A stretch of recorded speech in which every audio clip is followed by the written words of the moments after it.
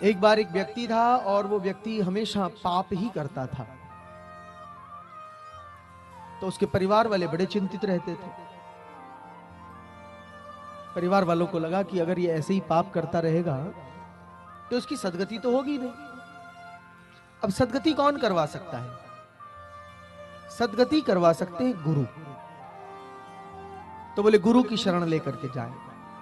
तब एक महात्मा जी थे, उनके पास आ गए। बाबा, ये हमारा बेटा है और पाप में रत रहता है, पाप ही पाप करता है, पुण्य नहीं करता है। आप कृपा कीजिए और कृपा करके बतलाइए कि ऐसा हम क्या करें कि ये पुण्य करने लग जाए।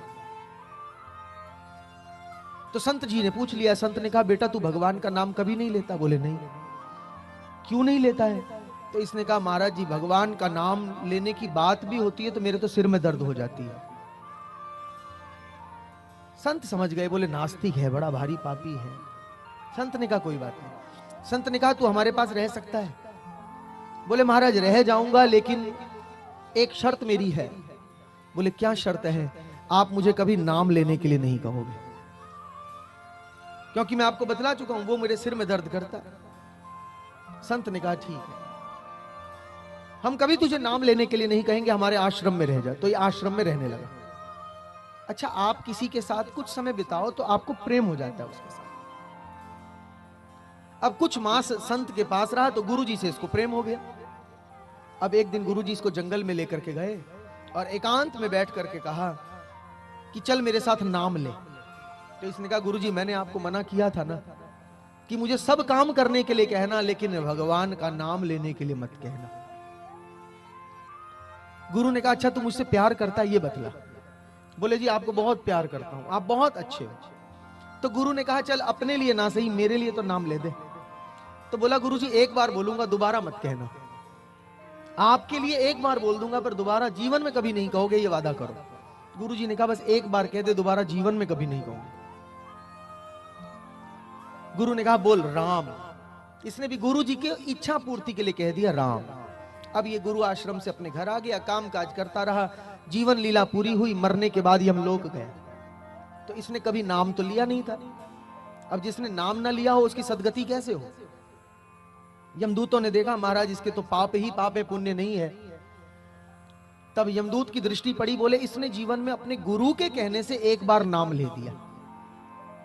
तो यमराज ने कहा, अब एक बार नाम लेने का फल क्या होगा इसके लिए? इसने यमराज से पूछा, महाराज मेरे गुरुजी ने जो एक बार नाम बुलवाया उसका फल क्या होगा?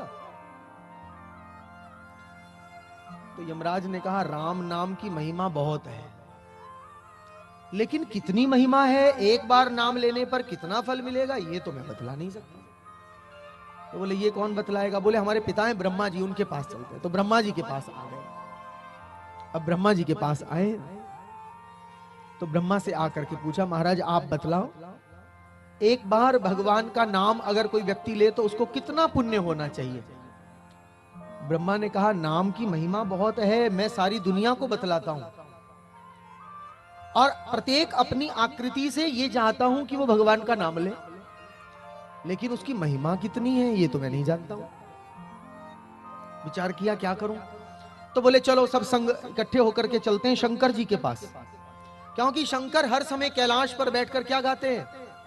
राम राम राम, ऐसी रटना लगाते हैं। चलो अब भोलेनाथ के पास आ गए। भगवान शिव से कहा, महाराज जी बतलाओ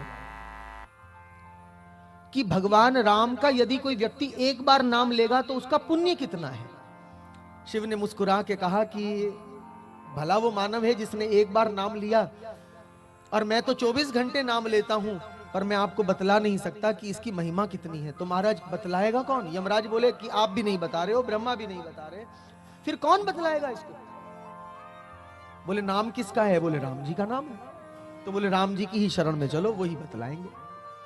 तो भगवान श्री राम की शरण में ये आ गए, और जब राम जी की शरण में आए, राम से आकर के पूछा, बोले राम के नाम की महिमा क्या है? अगर कोई व्यक्ति एक बार राम जी का नाम बोल दे सच्चे दिल से तो उसका महिमा क्या है? राम जी ने कहा, महाराज आप भी कमाल करते हो, अब भी तुम्हें महिमा बताने की जरूरत है। बोले इस व्यक्ति ने जीवन में कभी नाम नहीं लिया, केवल गुरु के कहने पर एक बार प्यार से इसने राम बोल दिया था, बोले उसकी महिमा इतनी बड़ी हुई कि ये साक्षात मेरे धाम में आकर के खड़ा हुआ है।